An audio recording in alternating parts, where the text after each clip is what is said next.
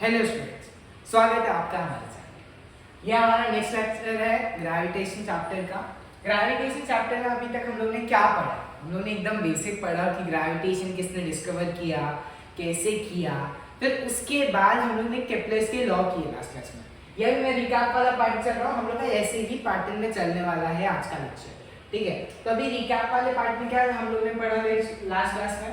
Last class में हमने पढ़ा कि जितने भी केप्लर्स के लॉ थे हम लोग ने एक एक करके लॉ समझा, और मैंने आपको बोला था कि जितने भी स्टेटमेंट दिए हैं एज इट इज आपको याद करना है, और याद करके आपको वही एग्जाम में प्रेजेंट करना है। अब ये जो लॉस है, फर्स्ट लॉ क्या बोलता था? एलिप्स शेप का होता है जो भी ऑर्बिट, और उसपे सन एक फोकस पे बैठा होता है, ठीक है, और प्लैनेट्स उसके आजू बाजू रिवॉल्व करते हैं। सिंपल। सेकेंड लॉ क्या बोलता था?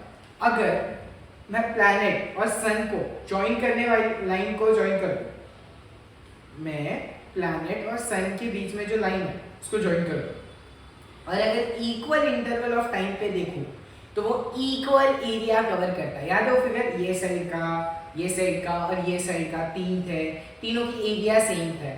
फिर लास्ट फॉर्मूला था जो कि था t² is directly proportional to r³। अब इसका क्या मतलब था कि जैसे जैसे टाइम बढ़ेगा वैसे वैसे रेडियस बढ़ेगा। मैंने बताया था कि जैसे जैसे दूर जाता है तो स्लो चलता है, स्लो चलता है तो टाइम ज़्यादा है, और अगर टाइम ज़्यादा है तो क्या ज़्यादा है? रेडियस, उसका डिस्टेंस ज़्यादा होगा। फिर जैसे जैसे पास आता है स्पीड बढ़ता है, स्पीड बढ़ते तो टाइम कम लगेगा, और अगर टाइम कम लग रहा है मतलब उसका डिस्टेंस कम। ये बेसिक हम लोग ने लास्ट क्लास में कवर किया था। उसके बाद लास्ट में मैंने दो सर्कल्स बनाए थे, m1 m2, दोनों के सेंटर को ज्वाइन किया था, ज्वाइन करके डिस्टेंस को d लिखा था, एक फॉर्मूला लिखा था f = m1 m2 अपॉन क्या? d², d का स्क्वायर था, और आगे कैपिटल G था। अब वो कैपिटल G क्या था उसका भी मैंने मतलब बताया था, वो था ग्रेविटेशनल कांस्टेंट। अब कांस्टेंट मतलब जिसका वैल्यू नहीं चेंज करता, उसका एक वैल्यू था 6.673 इंटू 10⁻⁻11 न्यूटन मीटर स्क्वायर पर kg²। इतना तक हम लोग ने लास्ट लेक्चर में किया था। आज के लेक्चर में हम लोग को क्या स्पेसिफिक स्टार्ट करना है? आज का लेक्चर जो है ना थोड़ा कैलकुलेटिव होगा, और थोड़ा अंडरस्टैंडिंग लेवल पे ना थोड़ा और हायर लेवल पे जाएंगे। अब हम लोग को ना बेसिक ये स्टार्ट करने का था। आज हम लोग का मेन टॉपिक ये था कि ग्रेविटेशन g जो हम लोग पढ़ते हैं स्मॉल g का वैल्यू, वो ग्रेविटी का वैल्यू है क्या? वो क्या होता है, उसका वैल्यू कैसे आया, ये सब सीखने वाले थे। बट फिर मेरे को ध्यान आया, अरे बहुत सारे बच्चों को क्या रहता है ना, बेसिक फॉर्मूलाज ही नहीं पता, और फॉर्मूलाज ही नहीं पता, लॉज नहीं पता, न्यूटन के लॉज ही नहीं पता जो 9th स्टैंडर्ड में आपका कवर किया गया। न्यूटन के बेसिक लॉ आपके 9th स्टैंडर्ड में कवर किया गया, वही आप लोग को नहीं पता। तो मैं क्या करता हूँ, मैं स्टार्टिंग में यही दो पार्ट पढ़ाऊंगा। ये दो पार्ट जब हम लोग को समझ जाएगा उसके बाद हम लोग ये पार्ट ले जाएंगे। हमारे पास टाइम अच्छा खासा है, अगर आप लोग मेरे साथ कोऑर्डिनेशन में करेंगे तो मैं एकदम 20 लेवल से करना। ठीक है, चलिए स्टार्ट करते हैं, टाइम ज़्यादा वेस्ट नहीं करेंगे, हम लोग स्टार्ट करते हैं। Basic formula. अब बेसिक फॉर्मूलाज में क्या क्या आएंगे? एक तो बेसिक फॉर्मूला में आएगा अपना, जैसे स्पीड का हो गया। स्पीड क्या होता है? स्पीड क्या होता है? Speed is distance upon time. ये एक बेसिक फॉर्मूला हो गया, ठीक है। फिर इसके बाद एक्सेलरेशन क्या होता है?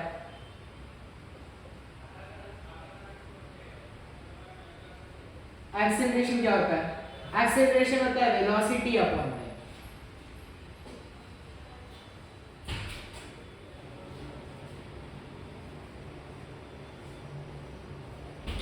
ठीक है, ये तो बेसिक फॉर्मूला है। नहीं, ये जो न्यूटन लॉ पढ़ने वाले हैं ना, इससे 3 न्यूटन के बेसिक लॉज आए, और वो लॉज बहुत इंपॉर्टेंट है। तीनों लॉज के हिसाब से अलग अलग इक्वेशन बनते हैं जो कि बहुत इंपॉर्टेंट है। अच्छा, ये दो फॉर्मूला इजी है। इसके साथ में एक फाइनल फॉर्मूला है, force is equal to mass into acceleration. Force का सिंबल है F, मास का सिंबल है स्मॉल m, और एक्सेलरेशन का सिंबल है a, तो हम लोग लिखते हैं F is equal to m into a। ये वाला फॉर्मूला आप लोगों ने देखा है। ये तीन फॉर्मूला सबसे बेसिक फॉर्मूला है। उसके बाद हम लोग को स्टार्ट करना है न्यूटन्स के लॉ। अब न्यूटन ने तीन लॉ दिए थे, फर्स्ट, सेकेंड, थर्ड। अब तीनों लॉ को ना मैं स्टेटमेंट नहीं लिखूंगा बिकॉज स्टेटमेंट आपको हर जगह मिल जाएगा। मैं आपको समझा देता हूँ, आपको स्टेटमेंट बस एक बार रीड करना है और रीड करके आपको इजीली समझ में आ जाएगा, ठीक है। फर्स्ट लॉ क्या बोलता है? फर्स्ट लॉ बोलता है समझो एक ऑब्जेक्ट है, ठीक है, जो एक जगह पे सिर्फ रखा हुआ, और ये दूसरा ऑब्जेक्ट है जो चल रहा है कांस्टेंट स्पीड से। कांस्टेंट स्पीड से मतलब स्पीड बदल नहीं रही, एक नॉर्मल स्पीड है, इसको फॉलो करके करके करके वो चलते जाए। और फर्स्ट केस में क्या है, एक जो ऑब्जेक्ट है वो एक ही जगह पे रुका हुआ है, ठीक है, एक जो ऑब्जेक्ट है वो एक ही जगह पे रुका हुआ है। सेकंड केस में क्या है, सेकंड केस में एक ऑब्जेक्ट है, उसका स्पीड एक कांस्टेंट स्पीड से चल रहा है। अब दोनों केस में न्यूटन ने क्या बोला पता है क्या? एक ऑब्जेक्ट अपना स्पीड ना बढ़ाएगा ना घटाएगा, या तो मूव नहीं करेगा जब तक एक एक्सटर्नल फोर्स उस पर एक्ट नहीं करता। मतलब समझो ये चीज है, ये रेस्ट पे रखी हुई, फर्स्ट केस इसका है, अभी हिलेगा क्या अपने आप? नहीं ना, क्यों हिलेगा? जब तक इस पे मैं बाहर से कोई फोर्स ना, इस साइड में तो इस साइड में तो ये साइड, कोई भी साइड फोर्स जब तक नहीं लगाओ तब तक ये मूव करेगा क्या? नहीं। यही है फर्स्ट लॉ कि जब तक मैं बाहर से कोई एक्सटर्नल मतलब बाहर से कोई फोर्स नहीं लगाता तब तक ये ऑब्जेक्ट अपना जगह नहीं बदलेगा। अच्छा, सेकंड केस में क्या होगा? समझो इसका स्पीड नॉर्मली चल रहा है, नॉर्मली स्पीड ऐसे मूव कर रहा है। क्या बोला है? जब तक बाहर से कोई फोर्स नहीं आएगा तब तक इसका स्पीड नहीं बदलेगा। याद है फर्स्ट लेक्चर में मैंने बोला था फोर्स का काम क्या है? Change in speed and change in direction. तो ये वाले केस में स्पीड आएगा कि स्पीड बढ़ सकता है, स्पीड कम होगा, लेकिन कब होगा? जब तक कोई बाहर से फोर्स आएगा तभी होगा। मतलब जब तक बाहर से कोई फोर्स नहीं आता इन दोनों में कोई चेंज नहीं आएगा। यही था फर्स्ट कि जब तक, मैं वापस से एक बार बोल रहा हूँ, जब तक बाहर से कोई एक्सटर्नल फोर्स नहीं आएगा तब तक इनके अंदर कोई चेंज नहीं आएगा। जो रुका हुआ है वो रुका रहेगा, जो चल रहा है वो वही स्पीड में चलेगा, ठीक है। अब सेकेंड लॉ ना कुछ नहीं है बट इसका ही एक्सप्लेनेशन। ये क्या बोलता है? जो भी फोर्स हम लोग लगाते हैं, जो भी हम लोग फोर्स लगा रहे हैं उसका वैल्यू कितना होता है? एक किस पे डिपेंड करता है? एक तो मास मतलब हम लोगों ने पढ़ा था लास्ट क्लास में कि मास मतलब होता है विदाउट ग्रेविटी जो वाली, बराबर। मास मतलब उसका जो वजन है, उसका जो कंटेंट है मास, इनटू एक्सेलरेशन मतलब कितने से वो मूव किया, वो है एक्सेलरेशन। तो अगर मैं किसी चीज पे फोर्स लगा रहा हूं और वो ज्यादा मूव कर रहा है मतलब फोर्स ज्यादा है, अगर एक्सेलरेशन ज्यादा है तो फोर्स भी ज्यादा है, अगर मास ज्यादा है फिर भी मैं उसको मूव कर रहा हूं। मतलब समझो एक हाथी है, उसको भी मैं मूव कर पा रहा हूं, मतलब मैंने फोर्स बहुत ज्यादा लगाया। वही सिंपल, अगर किसी को एक कंसेप्ट नहीं भी जाए, सिंपल याद रखो कि न्यूटन का सेकेंड लॉ यही फॉर्मूला को स्टेट करता है, ठीक है। इतना क्लियर है? नेक्स्ट लास्ट, ये फॉर्मूला तो सबको याद होता है, इसका जो स्टेटमेंट है ना वो भी याद होता है। Every action has an equal and opposite reaction, ठीक है। मतलब अगर हम लोग किसी के साथ कुछ करते हैं तो वो भी हमारे साथ उतने ही इंटेंसिटी से करता है। जैसे एक एग्जांपल मेरे को एक बच्चे ने बोला था कि सर अगर मैं अपने दोस्त को एक छापड़ मारता हूँ ना तो वो भी मेरे को एक थप्पड़ मारता है, तो वो सेम ही होगा इंटेंसिटी। अब इसमें कैसे लेना हम लोग को? ये झापड़ वाला एग्जाम्पल ना नॉनसेंस है। अब हम लोग एक बेस्ट एक एग्जाम्पल लेते हैं। क्या है? जैसे अगर मैं ये पेन लेता हूँ, ठीक है, मैं ये पेन या मार्कर जो भी है मार्कर लेता हूँ, अगर मैं इस पे कोई फोर्स अप्लाई कर रहा हूँ तो ये मार्कर भी मुझ पे उतना ही फोर्स अप्लाई करेगा। समझो मैंने इसको 10 फोर्स से भेजा तो ये मार्कर भी मुझ पे 10 फोर्स लगाएगा। ये है rule, every action has an equal and opposite reaction. यही रीजन है रॉकेट के ऊपर उड़ने का, ठीक है, यही रीजन है रॉकेट के ऊपर उड़ने का। कैसे? एक शॉर्ट में बताओ। समझो ये रॉकेट, ये अपना रॉकेट, ठीक है, ये अपना रॉकेट। अच्छा, ये दिवाली वाला रॉकेट नहीं है, एक्चुअल रॉकेट जैसे वर्क करता है, ठीक है। दिवाली का रॉकेट भी सेम इस पे वर्क करता है, लेकिन एक्चुअल रॉकेट का आपको क्वेश्चन भी आ सकता है, ठीक है, जो हम लोग आगे में पार्ट में करने वाले हैं, बट इधर मैं आपको एकदम कंसाइज मैनर में शॉर्ट में आपको समझाता हूँ। जैसे इधर से हम लोगों को सबको पता है जैसे क्या निकलता है, आग निकलता है बराबर, यहाँ से आग निकलेगा बहुत सारा। जैसे आग निकलता है ना तो आग फोर्स किधर डाल रहा है, नीचे बराबर। आग फोर्स किस पे डालेगा, नीचे आग फोर्स डालेगा, इसका फोर्स है नीचे। अच्छा हम लोग ने पढ़ा है every action has an equal and opposite reaction, मतलब जितना फोर्स ये नीचे डालेगा उतना ही फोर्स जमीन इस पे डालेगा, जो जमीन है ग्राउंड ये इस पे उतना ही फोर्स डालेगा, तो यही फोर्स ऊपर जाता है और इसके वजह से रॉकेट ऊपर उठ जाता है। मेरा बात समझे तुम लोग ने, अगर ये रॉकेट है इसने इसमें फोर्स डाला, जो फोर्स का नीचे वाले डायरेक्शन है, बट इक्वल एंड ऑपोजिट मतलब डायरेक्शन उल्टा करके एफ नीचे साइड पे लग रहा था, अब जो रिजल्टेंट होगा वो ऊपर साइड पे होगा और सेम होगा, इधर एफ है तो इधर है, अगर इधर 2f होता तो इधर भी 2f होता। जितना फोर्स लगाओगे उतने ही फोर्स से ऑपोजिट डायरेक्शन में वो जंप अप करता, समझा। ये एक एग्जांपल था न्यूटन थर्ड लॉ, ठीक है। अब इसके बेसिस पे न्यूटन ने ना और 3 फॉर्मूलाज दिए थे, 3 बेसिक फॉर्मूला दिए थे न्यूटन ने।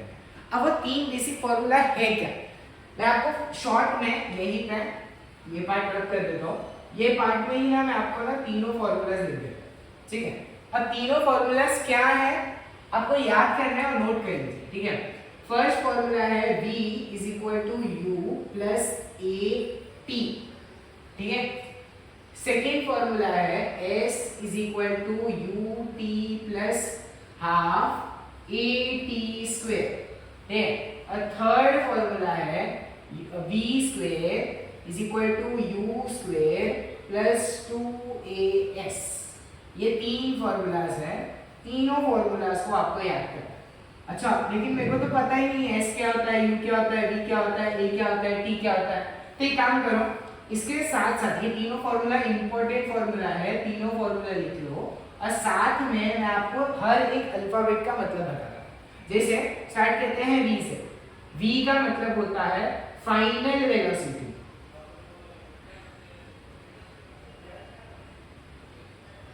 U का मतलब होता है इनिशियल वेलोसिटी,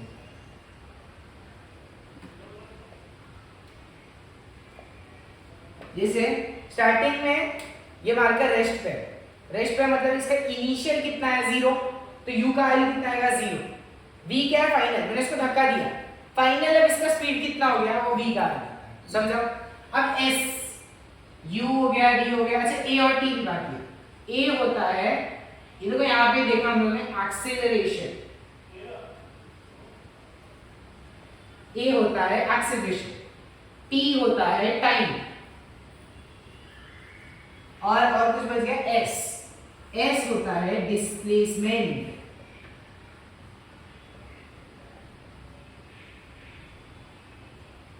S होता है डिस्प्लेसमेंट मतलब कितना वो एक जगह से दूसरी जगह पे मूव किया। समझो ये मार्कर है यहाँ पे था, यहाँ से यहाँ पे आया, तो ये दोनों के बीच का जो पार्ट होगा उसको बोलते हैं डिस्प्लेसमेंट, ठीक है।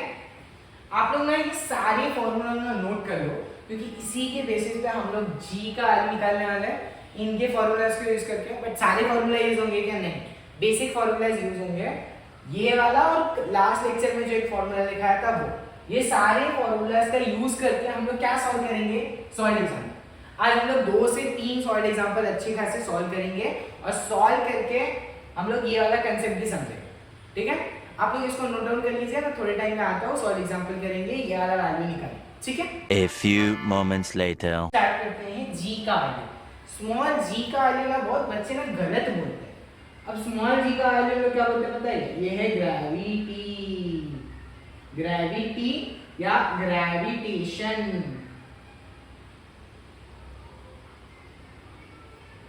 ये ग्रेविटेशन या ग्रेविटी नहीं होता, तो क्या होता है, इसको हम लोग बोलते हैं acceleration due to gravity. Acceleration due to gravity.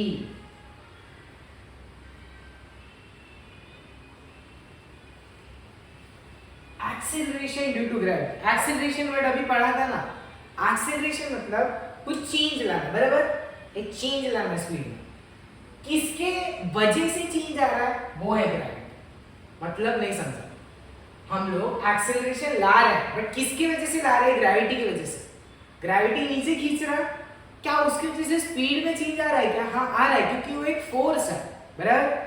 तो उससे होता है एक्सेलरेशन, फोर्स से होता है एक्सेलरेशन, और एक्सेलरेशन किसकी वजह से हुआ?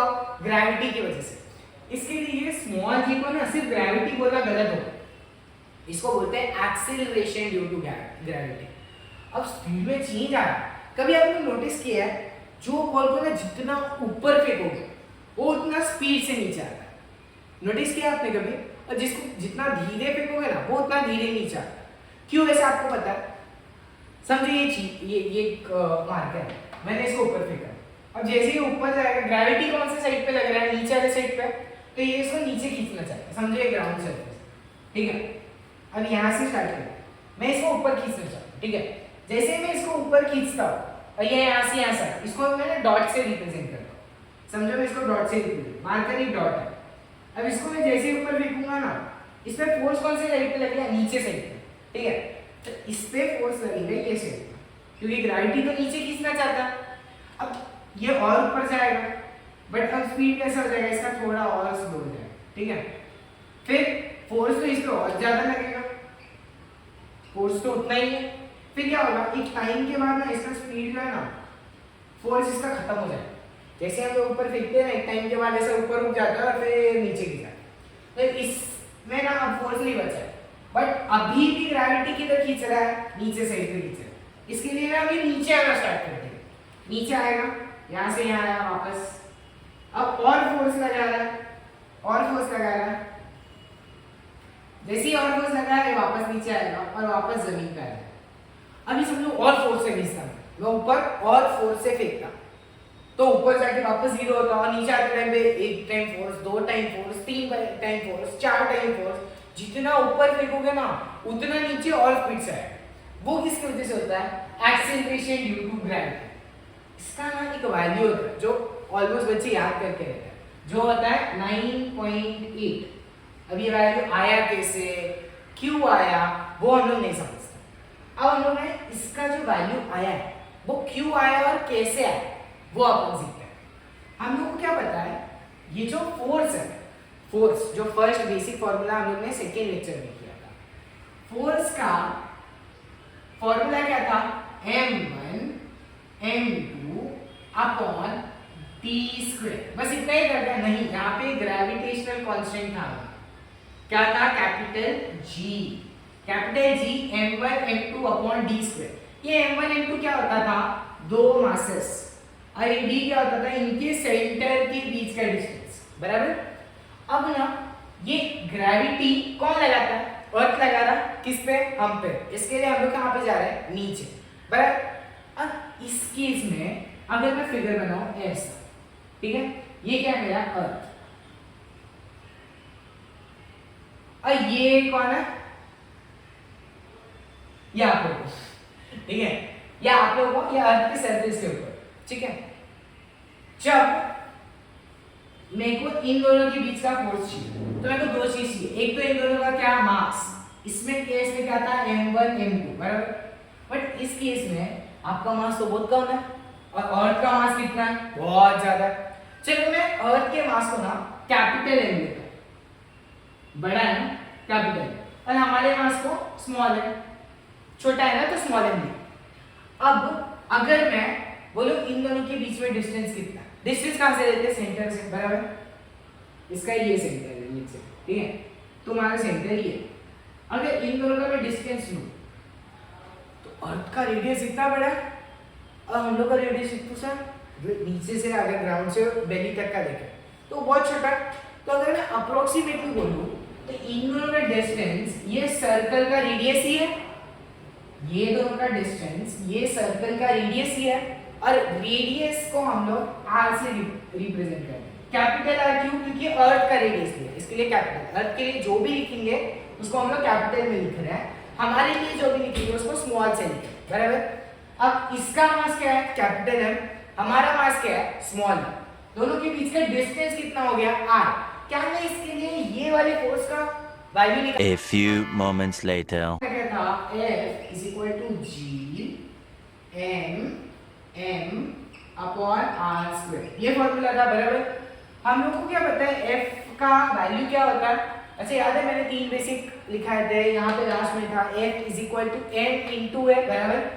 एफ की जगह पर मैं एम इंटू ए लिख सकता हूँ is equal to G M upon R square. ये एम से ये एम कैंसिल, ये जो ए है A G M upon R square बनेगा। ए किसके लिए यूज करते हैं? एक्सेलरेशन। और ये जी भी है ना, जी ये एक्सेलरेशन किसके लिए है? अर्थ की ग्रेविटी के लिए बराबर। तो मैं इस ए की जगह पे रिप्लेस करके लिखूंगा स्मॉल जी। तो मेरे स्मॉल जी का जो वैल्यू आता है ना that is nothing but G M upon R square. ये क्वेश्चन है आता है, ठीक है। अब इसका वैल्यू कैसे निकाला सर? अच्छा अगर मेरे को कैपिटल जी का वैल्यू पता हो, एम का वैल्यू पता हो और आर का वैल्यू पता हो तो मैं जी का वैल्यू निकाल सकता हूँ। यस, कैपिटल जी का value 6.673 into 10 to power -11। Capital M और कैपिटल आर का वैल्यू हमको तो नहीं पता सर। एक काम करो, आप लोग ये वाला पार्ट यहाँ तक आप लोग नोट कर लो। ये वाला पार्ट अगर जिसको बनाना है या कुछ अपना खुद का नोट्स बनाना चाहे तो बना सकता है। उसके अलावा ये वाले पार्ट को सॉल्विंग वाला पार्ट मैं नेक्स्ट पार्ट पे करूंगा। नेक्स्ट पार्ट मतलब बस अब ये रब करके नेक्स्ट वाले पार्ट पे करता हूँ, ठीक है। तो आप लोग इसको फटाक से नोट कर लीजिए, मैं अभी थोड़ी देर में, ठीक है। A few moments later. चलिए बच्चों हम लोग नेक्स्ट पार्ट पे बढ़ते हैं।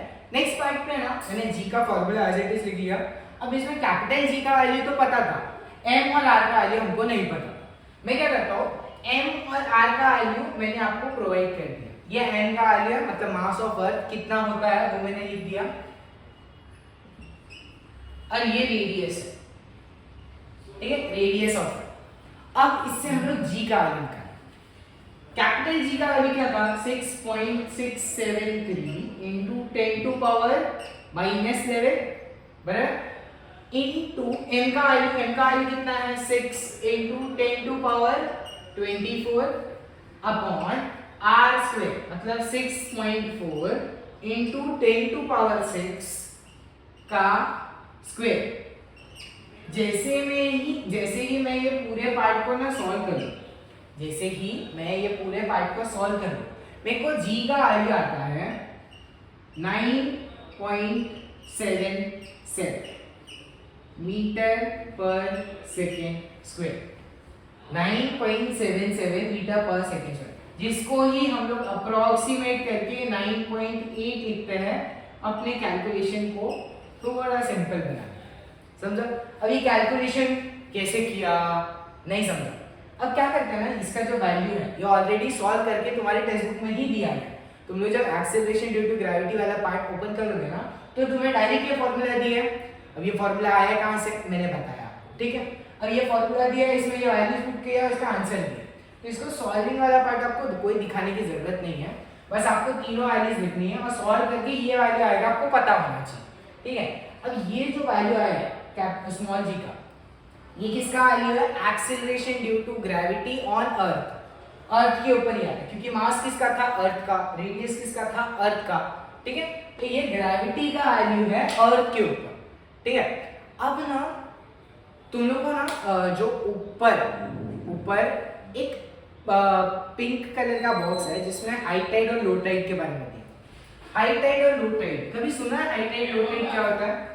अर्थ पे ना कभी कभी ना पानी, ये समझो अर्थ है और ये छोटू सा कौन है? मून, ठीक है। अर्थ पे ना कभी कभी ना पानी ऊपर आता है, कभी कभी पानी नीचे जाता है।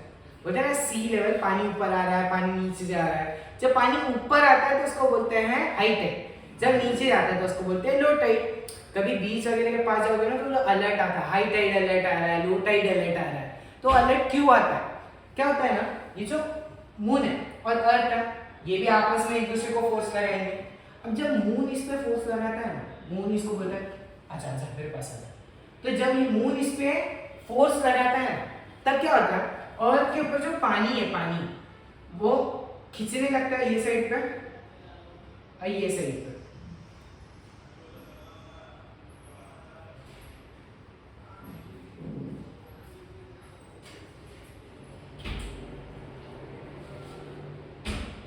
ये जो शेडेड रीजन है ना, जिसको मैं डार्क कर रहा हूँ बहुत सारे लाइन से, ये है ना पार्ट के एक्सटेंडेड पार्ट, ये ऐसा ना साइड से खिंच जाता है, और ये जो साइड से खिंच रहा है ना ये पानी, इसके जैसे इधर का पानी ऊपर जाता होगा और इधर का पानी इधर से कुछ ऐसे जा रहा है तो ऊपर से नीचे दबता होगा, तो इधर का पानी नीचे जाता है और इधर से पानी बाहर आता है, तो ये साइड पे क्या हो जाता है हाई टाइड, और ऊपर वाली साइड पे क्या हो जाता है लो टाइड, तो ये वाला लो टाइड है और ये वाले साइड पे लगता है हाई टाइड, ये वाले और ये वाले साइड।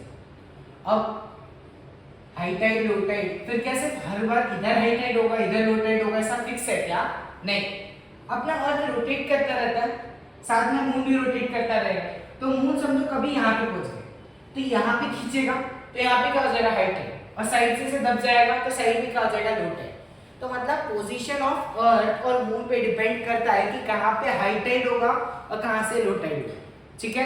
तो ये किस वजह से होता है? अट्रैक्शन की वजह से, दोनों आपस में अट्रैक्ट करते हैं, अट्रैक्ट करने की वजह से पानी खींच जाता है, पूरा अर्थ तो जा नहीं सकता, तो उसके ऊपर का जो पानी है वो खींच जाता है, जहाँ पे खींचेगा वहाँ पे होगा हाई टाइड, जहाँ पे दबेगा वहाँ पे होगा लो टाइड। समझा इतना पार्ट? क्लियर? ये पार्ट आप लोग नोट कर लीजिए अपने नोट्स में। ये वाला हाई टाइड लो टाइड वाला कंसेप्ट आपको सिर्फ समझ के लेना, इसमें क्वेश्चंस बहुत कम आते हैं, फिर भी आपको एक बार कंसेप्ट पढ़ लेना, वो जो पिंक वाला बॉक्स है ना उसको ध्यान से पढ़ना, ठीक है। ये आप लोग लिख लीजिए, मैं थोड़े टाइम पे आता हूँ, फिर हम लोग नेक्स्ट टॉपिक पे बढ़ते हैं जो कि अपना होगा सॉल्विंग, ठीक है। नोट डाउन कीजिए। A few moments later. Okay बच्चों, आई होप सो आपने अच्छे से नोट कर लिया होगा। हमारा जी का वैल्यू आया था 9.77, जिसको हम लोग खुद सम में 9.8 की तरह भी यूज कर सकते हैं, ठीक है। अब पेज नंबर 6 पे सॉल्व एग्जांपल 1, उसमें दिया है एक है महेंद्र एक है विराट, दोनों बैठे हुए किस पे? एक बेंच पे बैठे हुए हैं और दोनों के बीच का डिस्टेंस कितना है? 1 मीटर। अब मैंने क्वेश्चन नहीं लिखा क्योंकि उसमें टाइम वेस्ट करने से अच्छा मैंने टेक्स्ट बुक में क्वेश्चन दिया, मैंने पेज नंबर लिख दिया है, आप वहां पे जाके देख सकते हैं, और हम लोग इधर पे सॉल्विंग वाला पार्ट करेंगे। अब महेंद्र और विराट दोनों को मैंने मास 1 मास 2 ऐसे सर्कल जैसा अज्यूम किया है, ऐसे सर्कल होते हैं, ठीक है। अब सॉल्व करना है, मेरे को जानना है कि इन दोनों के बीच में फोर्स कितना लग रहा है। अब फोर्स का फॉर्मूला क्या था? Capital G m1 m2 upon d square. अच्छा, कैपिटल जी का वैल्यू मेरे को पता है, हाँ, कैपिटल जी का वैल्यू होता है 6.673 into 10 to power -11। सर आपने 3 नहीं लिखा, सॉल्विंग के टाइम पे 2 डिजिट तक लिया ना तो इनफ हो, ठीक है। 6.673 into 10 to power -11 into mass of 1, mass of 1 late से महेंद्र को लेते हैं, mass of 1 कितना है? 75 kg into mass of 2 which is Virat, उसका कितना है? 80 kg upon d square, d का तो दोनों का बीच का डिस्टेंस अब कितना है? 1 मीटर, 1 मीटर का स्क्वायर 1 का स्क्वायर, 1 का स्क्वायर तो 1 ही आने वाला, मतलब नीचे वाला पार्ट गायब हो जाएगा, ऊपर वाला पार्ट सॉल्व करना। सर ये तो सॉल्व ही नहीं करना आता हम लोग को, ये क्या है? ये नहीं बताना तुम लोग को, एक काम करो, इसको मत सॉल्व करो, 6.67 into 75 into 80 करो, तीनों को मल्टीप्लाई करो, तीनों को जैसे ही मल्टीप्लाई करोगे आपको आंसर आएगा 4002, बराबर। आपको 4002 जैसे ही आंसर आया उसके साथ into 10 to power -11, क्योंकि ये तो सॉल्व नहीं किया था, इसको ऐसे लिख लिया। अब एक रूल याद है, हम लोग को ना जो भी नंबर आएगा उसमें फर्स्ट डिजिट के बाद पॉइंट देना, फर्स्ट डिजिट के बाद पॉइंट देना है, मतलब 4 के बाद पॉइंट। अगर आगे 0 होता तो, अगर आगे 0 होता तो 0 को छोड़ दो, कोई भी एक नंबर होना चाहिए और फर्स्ट नंबर के बाद पॉइंट दे, ठीक है। फर्स्ट नंबर कौन सा है? 4 एक नंबर है, 0 तो नहीं है ना, हाँ नंबर है, 4 के आगे मैंने पॉइंट दिया। क्या ये ओरिजिनली पॉइंट था क्या? नहीं, मैंने पॉइंट दिया। ओरिजिनली पॉइंट क्या था? यहाँ पे था, कहीं भी पॉइंट नहीं दिया रहता ना तो लास्ट में समझ गए। अब लास्ट का पॉइंट यहाँ से यहाँ पे गया, कितना पॉइंट गया? इधर से 1 2 3 गया ना, 3 पॉइंट गया, तो जितना ये साइड पे जाएगा हम लोग पॉजिटिव में यहाँ पे ऊपर लिखते हैं, मतलब 4.002 into 10 to power -11, और कितना उधर शिफ्ट किया मैंने? 3, तो यहाँ पे मैं लिख दूंगा +3। समझा मेरे को मेरी बात? मैंने कितना शिफ्ट किया? 3, तो मैंने यहाँ पे शिफ्ट करने के बाद -11 +3, अब ये हो जाएगा 4.002 into 10 -11 प्लस 3 कितना हो जाएगा -8। ये होगा आपका आंसर। अब ये जो शिफ्टिंग वाला है ना, शिफ्टिंग वाला, वो आपको सीखना पड़ेगा। जब भी ये से शिफ्ट करते हैं तो यहाँ पे पॉजिटिव में लिखते हैं, देखो, और जब भी ये से शिफ्ट करेंगे तो नेगेटिव में लिखेंगे। नेगेटिव का एक एग्जांपल दे देता हूँ बस, अच्छे से समझो। समझो मेरे पास एक नंबर है 0.0003 into 10 to power -3, ऐसा क्वेश्चन है। मेरे को एक नंबर के बाद पॉइंट लाना, जीरो एक नंबर है क्या? नहीं, इधर पॉइंट है, मेरे को ये हटाना है। अगर मैं हटाऊंगा तो इसके बाद ला सकता हूँ, ये एक नंबर है क्या? नहीं। इसके बाद ला सकता हूँ, ये एक नंबर है क्या? नहीं। सिमिलरली मेरे को ये पॉइंट कहाँ पे भेजना पड़ेगा? यहाँ पे, क्योंकि ये एक नंबर है। अगर मेरे को पॉइंट को यहाँ से यहाँ भेजना है, मैंने कितने डिजिट भेजे? 1 2 3 4, 1 2 3 4, मैं क्या लूंगा 3 पॉइंट, पीछे कुछ नहीं है तो 3.0 लिख दूं, इनटू 10 टू पावर -3। ये तो क्वेश्चन में ही था। अब ये साइड पे शिफ्ट करोगे ना, जब भी ये साइड पे शिफ्ट करोगे तो नेगेटिव करो, ठीक है? नेगेटिव कितना शिफ्ट किया? 4, तो -4, तो ये हो जाएगा 3.0 इनटू 10 टू पावर -3 -4 हो जाएगा -7। ऐसे सॉल्विंग किया जाता है पॉइंट वाले सम। इसके आगे भी बहुत सारे सम्स आएंगे, हम लोग धीरे धीरे करके सीख लेंगे, ठीक है? अब ये वाले सम में बेसिक क्या किया, फॉर्मूला अप्लाई किया, फॉर्मूले में कुछ हार्ड नहीं था, सारा वैल्यू पुट किया, तीनों नंबर को मल्टीप्लाई किया, 4000 इनटू आया। अब मेरे पास 4000 इनटू ऐसा नहीं चलेगा, फर्स्ट नंबर के बाद पॉइंट आना चाहिए, एक नंबर बट वो जीरो नहीं होना चाहिए। 4 आया, 4 के बाद पॉइंट आया। अगर पॉइंट नहीं दिया, आंसर में मेरा पॉइंट था क्या? किधर नहीं, तो हमेशा समझने का पॉइंट कहाँ पे था? लास्ट पे। तो लास्ट से मैंने आगे लाया, कितना डिजिट आया? 3। ये साइड पे लाओगे तो कितना ऐड करेंगे, ठीक है? 3 ऐड करेंगे तो ये पॉइंट लिख दिया इधर, इनटू -11 प्लस 3, ये करके सॉल्व -8 आया और ये मेरा फाइनल आंसर, ठीक है? तो आपको ऐसे पैटर्न में सॉल्व करने का। अगर एग्जाम में मेरे को ये नहीं समझ रहा सर कि इसको इधर भेजूं कि नहीं, कैसे, तो एक काम करो ना, अपना आंसर जो तुम्हारा था ना 4002 इनटू 10 टू पावर -11, इसमें छोड़ दो, फिर भी आपको मार्क्स मिल जाएगा। समझा आपको? अगर आपको इसके आगे वाला पार्ट नहीं समझना तो एक काम करो, इसको इतने में छोड़ो तो भी चलेगा, आपको मार्क्स मिल जाएगा, बट अननेसेसरी कुछ गलत मत करो, ठीक है? आप ये पॉइंट नोट कर लीजिए। इसके बाद का जो रहेगा हम लोग नेक्स्ट लेक्चर में करेंगे। मिलते हैं, तब तक के लिए बाय बाय।